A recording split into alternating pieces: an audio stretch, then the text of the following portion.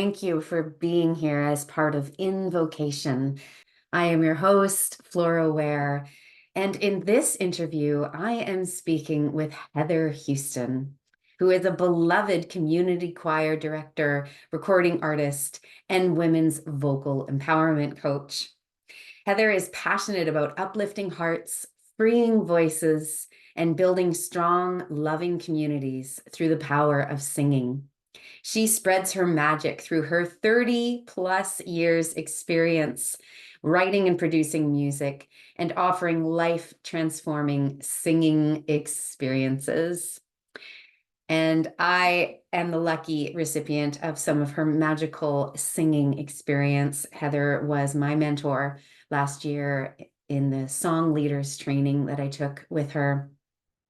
Heather and I had a beautiful conversation where she shares her evolution as a singer and the evolution of her relationship to her voice and the deepening spiritual dimension to her music and her approach to music.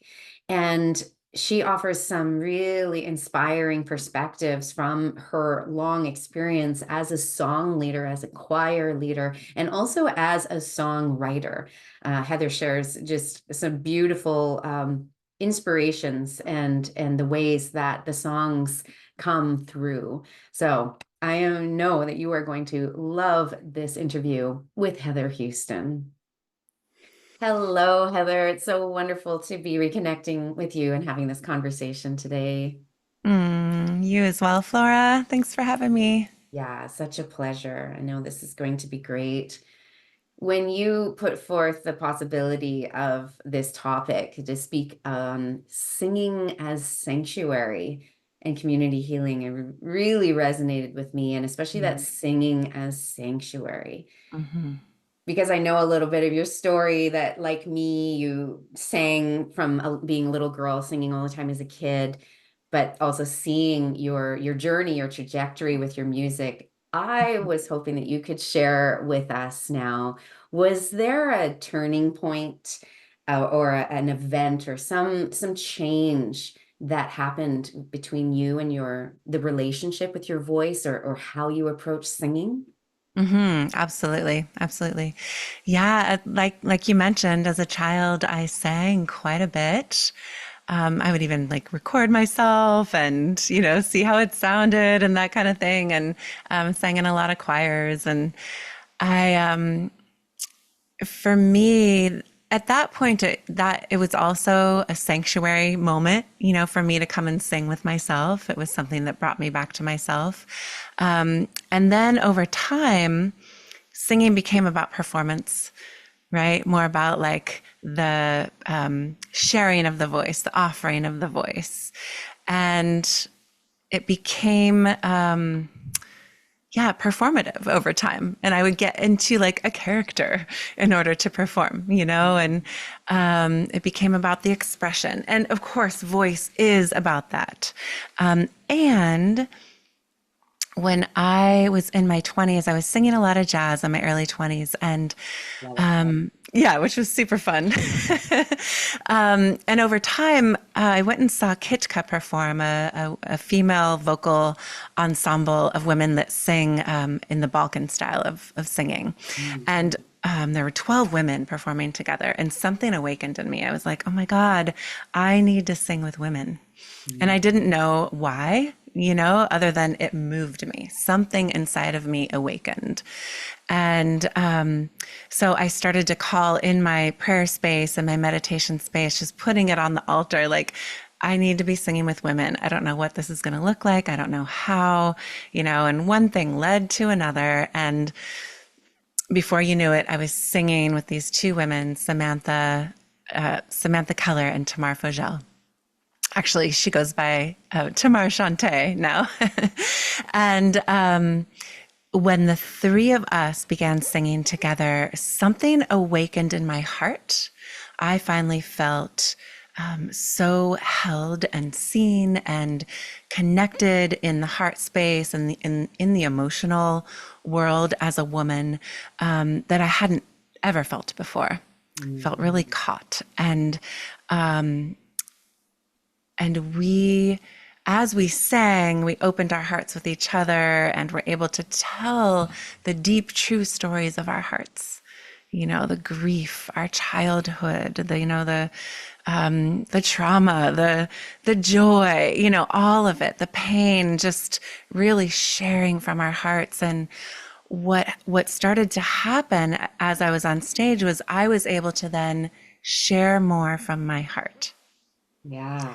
and sing more from my heart in front of a room full of people rather than coming on as a character, as a persona. I'm singing jazz. Like there's this whole persona, which is fun, but it wasn't from my pure, authentic heart. Mm-hmm. And so that's when that part of my vocal experience began to shift to a place of more of this sanctuary, of this safe harbor of being tuned into self while I am expressing my voice, while I'm experiencing my voice, and while I'm with the audience and with the women that I'm singing with. So way more embodied, emotionally embodied, physically embodied, energetically embodied. Yeah. Wow. Yeah. Thank you for sharing that. And I really resonated with how you described this longing to see Mm, other women. mm, And it really is for so many of us. And it's this ancient longing. We feel yeah. it. Yeah. And we feel it in how we know that from time immemorial, this is what we've done. Hmm. And not even to just segregate women necessarily, but like that all humans, we've come together to raise our voices Yes. in celebration or in protest or in whatever it is. And so that beautiful awakening that you're speaking of, and that it happened from you hearing 12 women, you said, in all group and in a Uh-huh. spoken style. So there was probably something to that more, I mean, dare I say, indigenous in that, like Hmm. that's a very particular kind of music too, that doesn't have the polish of Western pop music. Right. Right. It's very Yeah. primal. Primal, Very yeah. primal. Hmm. Yeah, because it's very bright, nasally, and yeah, it's primal. It like awakened some sort of like wild, primal feminine within me, right? And that's not the way my a cappella trio Dis Moi sings. We sing very soft. I mean, if you heard us, it would be very different than Right. that, but still, it awakened this primal feminine desire to connect with other Yeah. women. Yeah.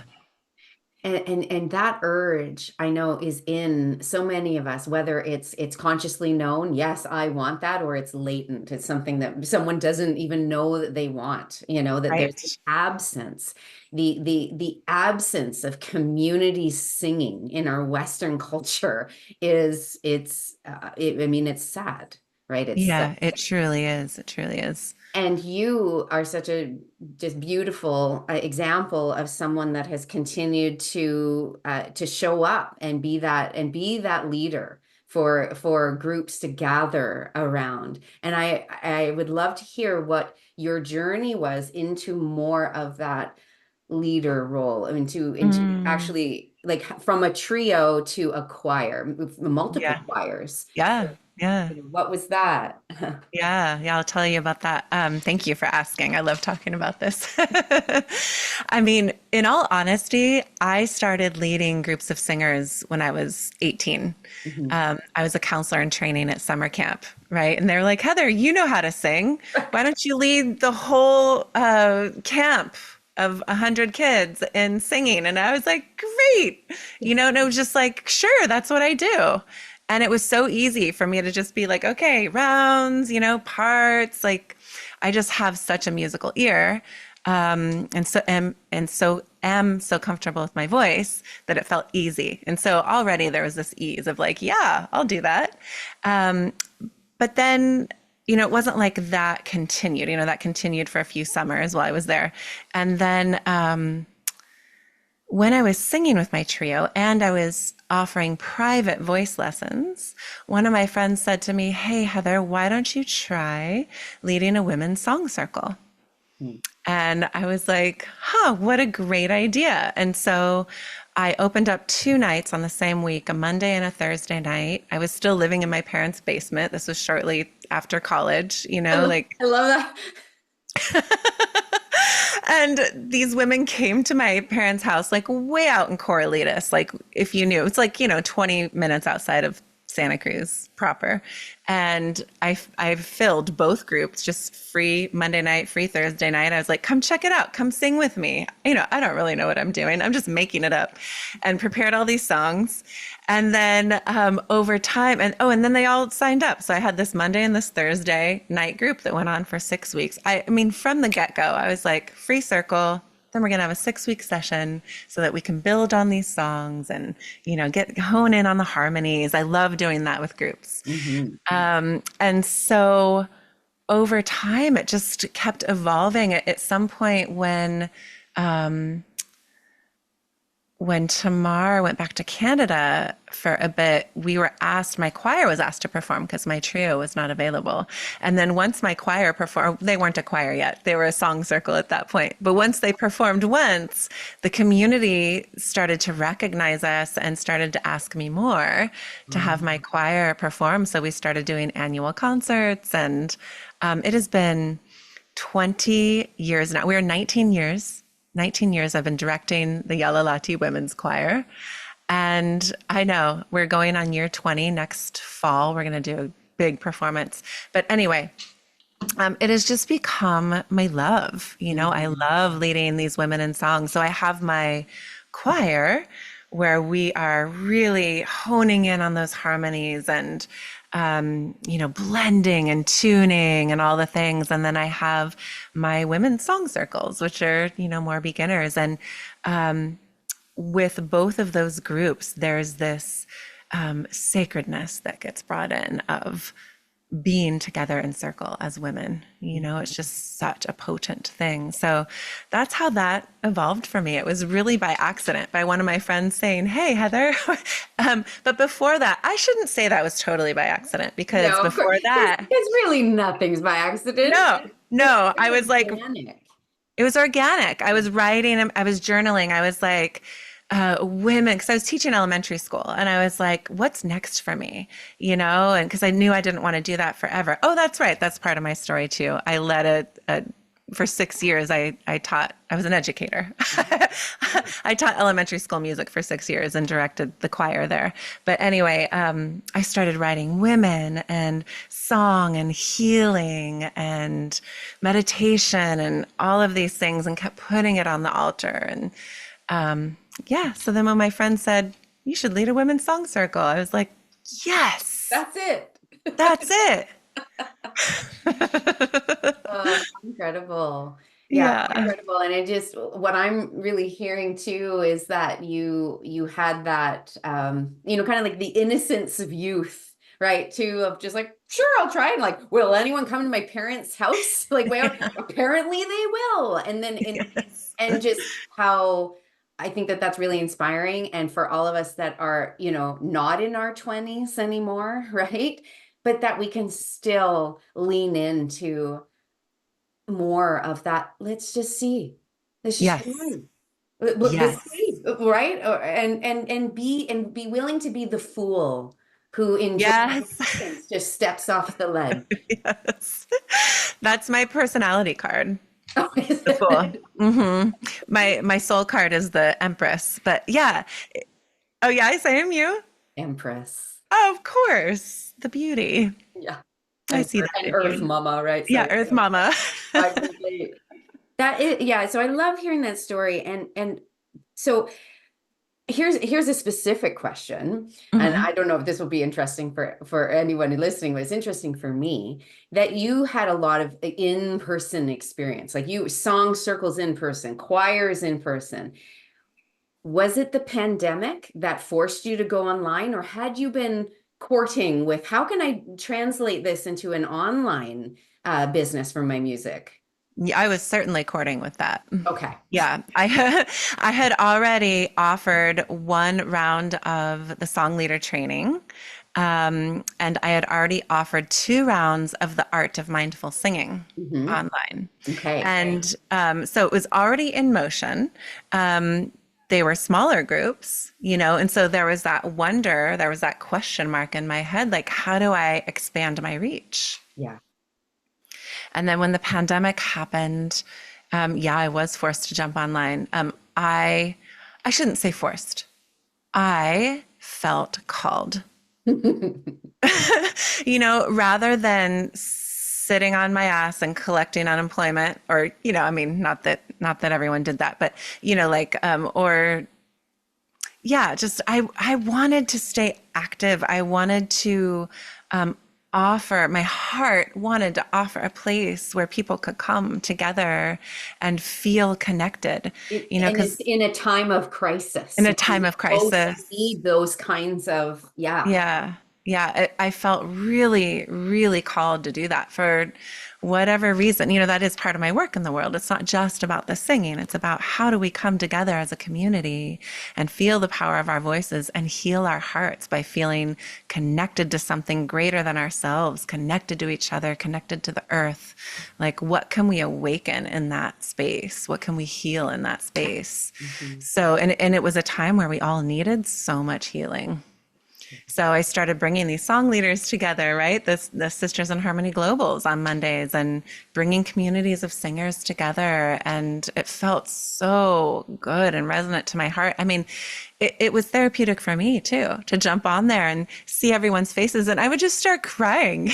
I'd be like, oh my God, what is happening on the planet? Well, I don't know, but how about we just sing? Yeah. Yeah.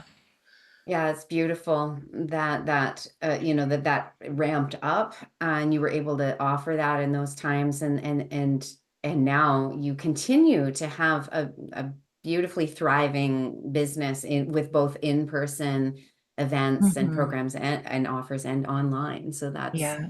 that's wonderful. I was also really wanting to lean in and hear more about what you've seen, what you've experienced, what you've witnessed about that healing aspect. Like even when we just let ourselves sing by ourselves, it can be so Hmm. healing, right? Hmm. But that community healing aspect, Hmm. yeah. Hmm. And also why that drives you. Yeah, yeah, yeah. Well, I think the next piece of my awakening with my own voice was when I started studying with Sylvia Nakash, one of my mentors. Um, I studied with her on and off for 8 years. And what I really got out of working with Sylvia is the power of tuning in to how the voice feels on the inside, right? And to bring through that voice of devotion. I learned that with Sylvia, and I also learned that with another one of my mentors, Valerie Joy Fidmont. I sang in her gospel choir. Mm. And so between the Northern Indian raga chanting and the gospel choir singing, like there was some like another piece of well, and I don't want to say too, I was raised in the Christian faith and singing hymns, Okay. so there was already that connection to singing as prayer. Mhm. And so singing as prayer, singing as a way to connect more deeply with self and find that sanctuary within self, find that sanctuary in the connection to the divine through the singing, in the connection to the earth through the singing, right? That's what awakened in me next. And so I've been able to, oh, I shouldn't say been able to. I have followed that path of offering that to other people Mm. because it was so potent for me to find such healing through connecting so deeply with self. So first it was connecting with my women, opening my heart, connecting with my women. And then the next phase was connecting with voice here, connecting with divine energy moving through me. So with all three of those, right? And then coming together in community and experiencing all of those portals open, all those channels open, like you can't help but be transformed on so many levels. Yeah. Yeah. And there's also like, within, so there's the voice with self, but what I find within community too, there's that witnessing. And there's something so powerful about being witnessed by other people, like in the present moment. Like I see your eyes, I see us singing to each other, I see us seeing each other.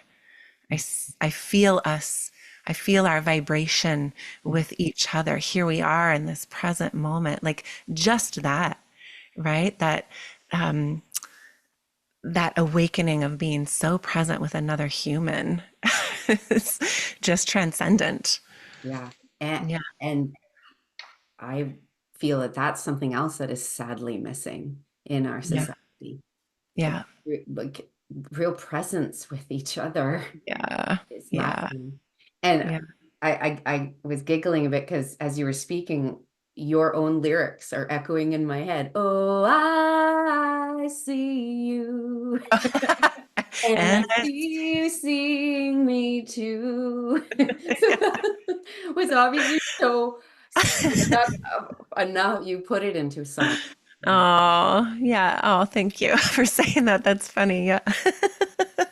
And that was very intentional. That was for Song Village one year because I know for myself and I know for others as we arrive at a big gathering like Song Village or Singing Alive or, all these singers coming from so many places, we can feel a little lost. Like, Mm. and it was very grounding for me to write a song to invite people to look at each other and ground in. And I see you seeing me. Yeah. Mhm. Yeah. So Heather, I discovered you through the magic of Spotify algorithms, Oh, and it was your full moon chant, uh-huh. and which, yeah, you know is and it it came because I had been, listening to similar music, but it was one of those moments where your voice stopped me in my tracks. Like it was like, Oh. whoa. Because also it was like, oh, what's this new song? Like I didn't choose it. Like it was the Spotify suggestion, but it was the richness and resonance in your voice. Mm, Now, and I suppose in that too, I was like, I know what went in to right. that richness and resonance as a fellow singer that Yeah. has put in my 10,000 hours, that kind of thing. Yeah. But I know that you really came into that. Again, you had some classical or even the singing hymns background, but in the all of the music as meditation styles that you studied, the East Indian styles, you were talking about that raga, and then you were also singing gospel. Um, when you think back, what was the practice or kind of the thing that really opened up your rich, resonant voice? Mm. I think my jazz training, Uh-huh. actually. Okay. So we also have that in similar. Uh-huh. Yeah. Uh-huh. Yeah, you probably do this too, Flora, or did this, as a youth and, in your 20s, like emulating Yeah. other voices. Over time, we Vaughn, find, anyone? yeah, what was that?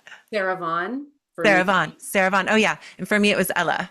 of course. Yeah. Ella Fitzgerald was like that richness and her tone was Mm. what I really loved to emulate. So she was kind of my go-to as I was developing my voice in my late teens and my early 20s, like loved to sing with Ella. So I think that was a big piece of it for me. I took, private voice lessons and all the things, but Yeah. Yeah, so I Yeah. love that because that answer surprised me. I thought you were going to say, "Oh yeah, it was the kirtan and Oh, singing with my shruti box or something." But no, and in fact, then mhm. it actually gives me more of a reflection of like, yeah, like all those years trying to emulate Sarah Yeah. Vaughan. Like, of Yeah. course, it was like so that there's something to it because then also probably similar to you. I then also had to go on my journey of like finding my own authentic voice. Yes. Yes. And I had become a really good song interpreter, right, of the Great Right. American Jazz Songbook. Exactly. Yeah. But what's authentically mine? What Yeah. is my originality in that? So, but it's kind of like muscle training. It's like any other muscle that we train or things that we do. Like it all builds. Every experience, Yes. every training builds, and then we keep on refining, and we keep on finding, I guess. Exactly. Yeah. Yeah. I think one training informs the voice, another training informs the voice, like you're saying, and it all then alchemizes. Mhm. And, at some point, it's just our own authentic expression. And I think I started to find that on my Prayers for the Water album. Mm. And then when my Sisters of the Moon album came out, I was like, oh, there it is. Yeah. Yeah. Now, as I'm working on my Shadows and Light album, I'm like, yep, here's my like kind of signature sound, you Yes. know? Yeah. Beautiful segue, Heather, because yeah, what is your songwriting process like? Is it Mm. different for different songs as they come through, or different with different concept albums, or that perhaps, or yeah, I'd love Mm. it to just share like how do songs come through you? Hmm. There's an opening. Yeah. There's a saying yes, right? I have to be available. There are times when I close the door, I'm like, no more songs. I need to sleep now. No. I need to sleep. I need to learn songs for my choir.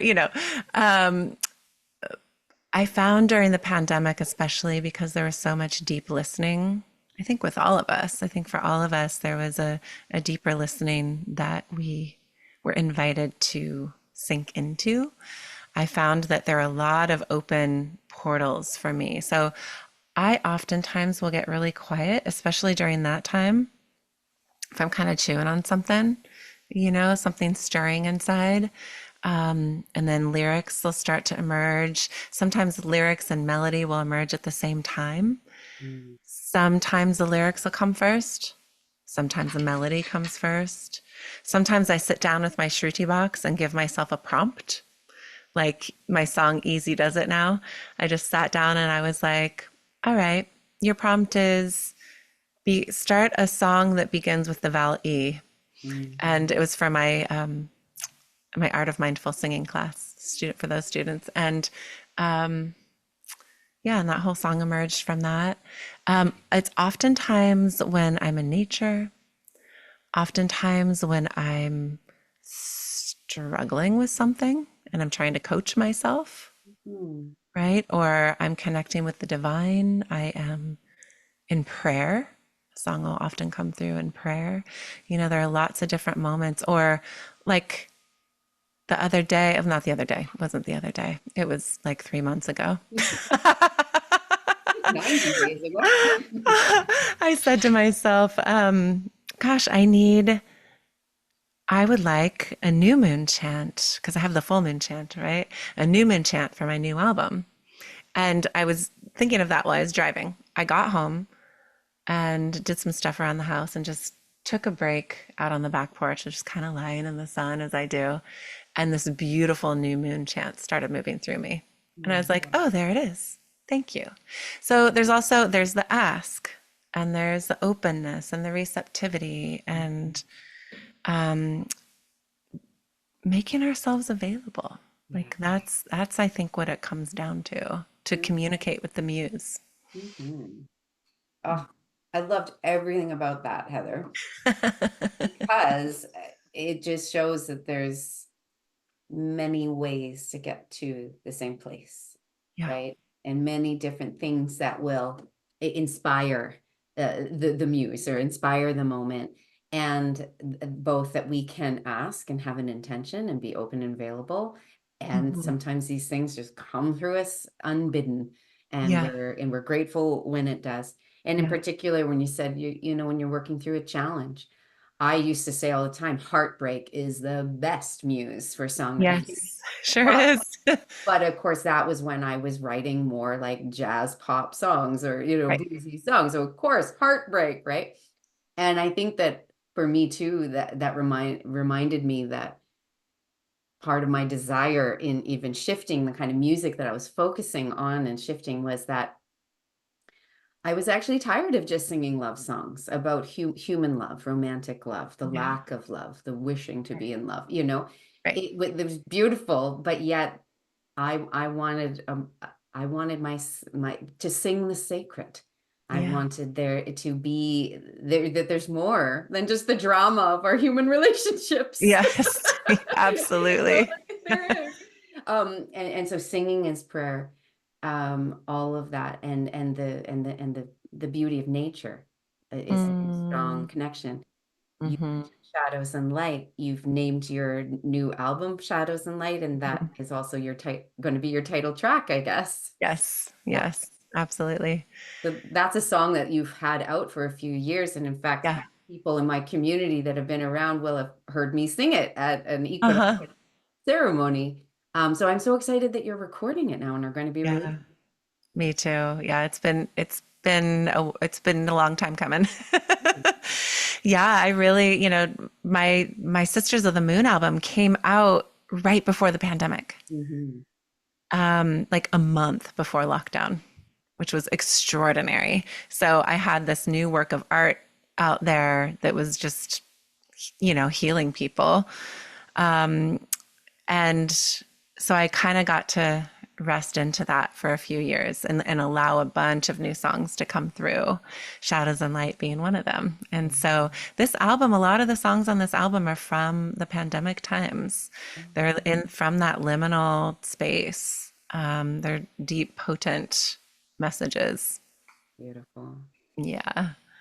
So all of Heather's albums are available on Bandcamp. And like I've been saying with all of the independent musicians that I am interviewing, all of us, if you listen to our music on Spotify or YouTube, that's amazing. But please directly support the artists buying the music through Bandcamp. Yeah. Um, this feels like the right segue for you to share that song. And if there's anything Sure. else that you want to include around that, or. Yeah. I can share a little bit of that song if you like. Mhm. Um, Let me grab my Shruti. Um, I love starting this song with the Shruti box.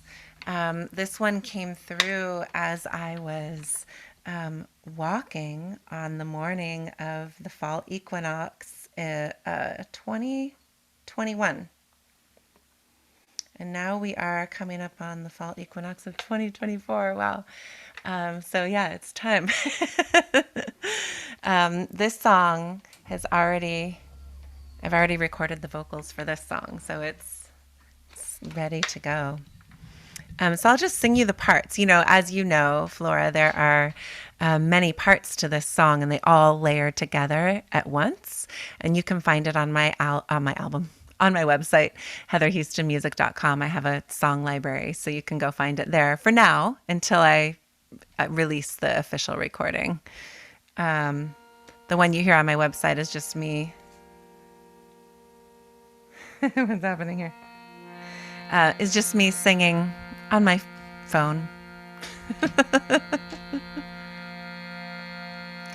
So that beautiful, beautiful morning in the autumn equinox of 2021, I was taking a walk and just started singing, honoring the darkness, honoring the light, honoring the day, honoring the night, honoring the darkness, honoring the light, honoring the day, honoring the night. Part two. All things find their way into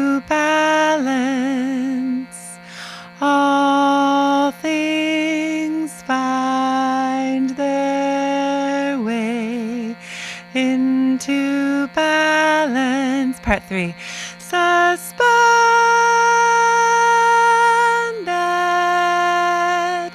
in time.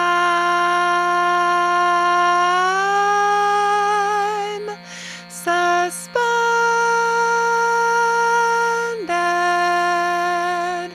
in time. Part four. Shadows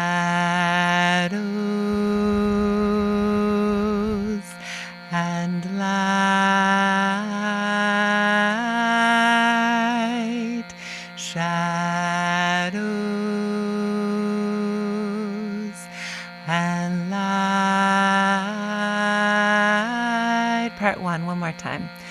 Honoring the darkness, honoring the light, honoring the day, honoring the night, honoring the darkness, honoring the light, honoring the day, honoring the night.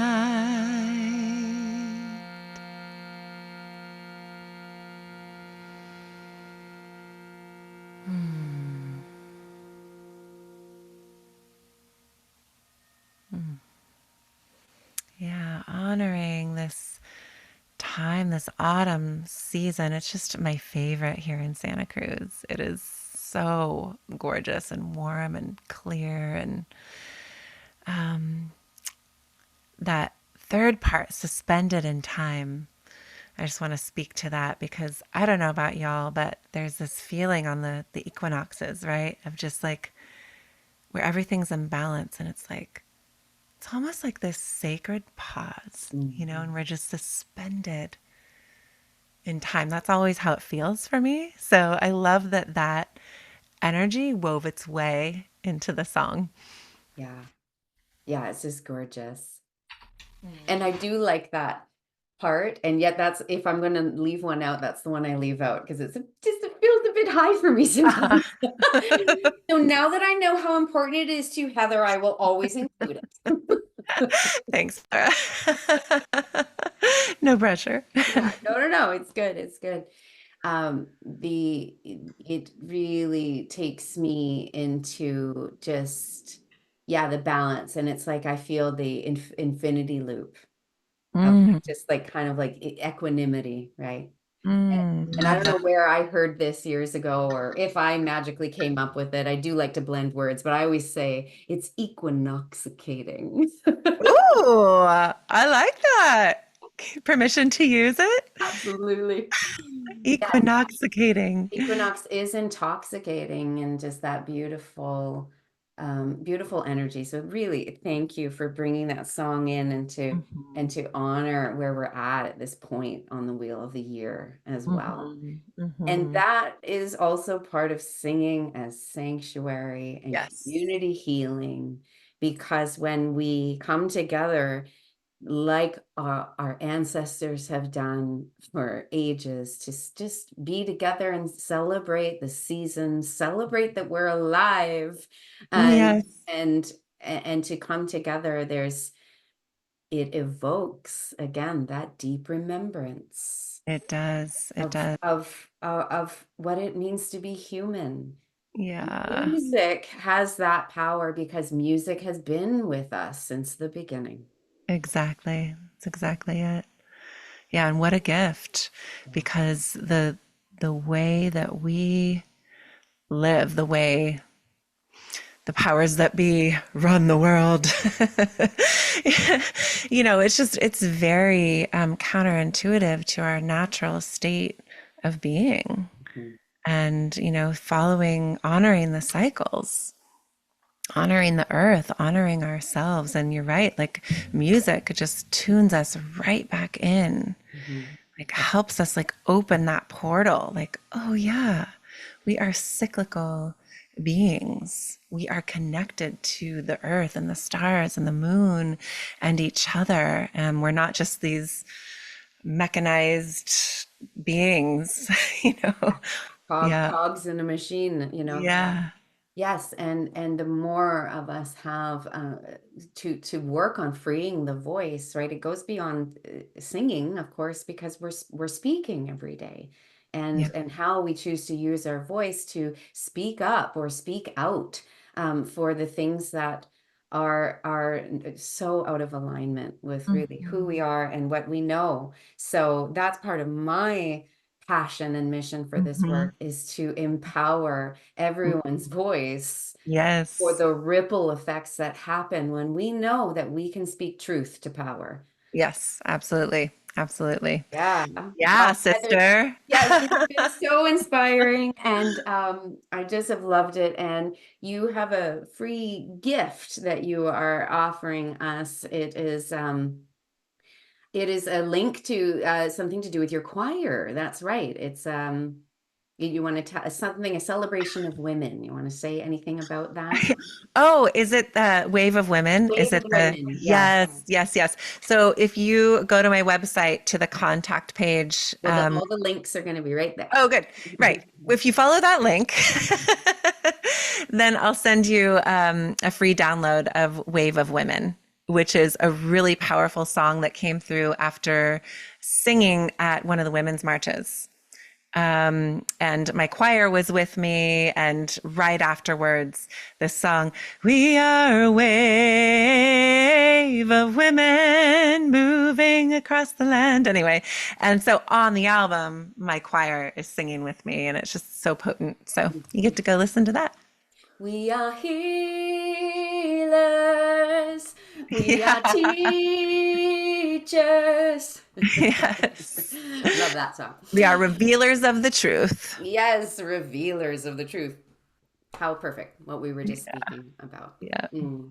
Thank you so much, sister. Thank you, Flora. What a sweet interview. Thank you so much. And so everyone is going to be now like fangirling like I have was is on Heather, and yeah, go find her music, support her as an artist, and yeah, just spread the inspiration. Thank you. Thank Blessed you be. so much. Blessed be. Hmm.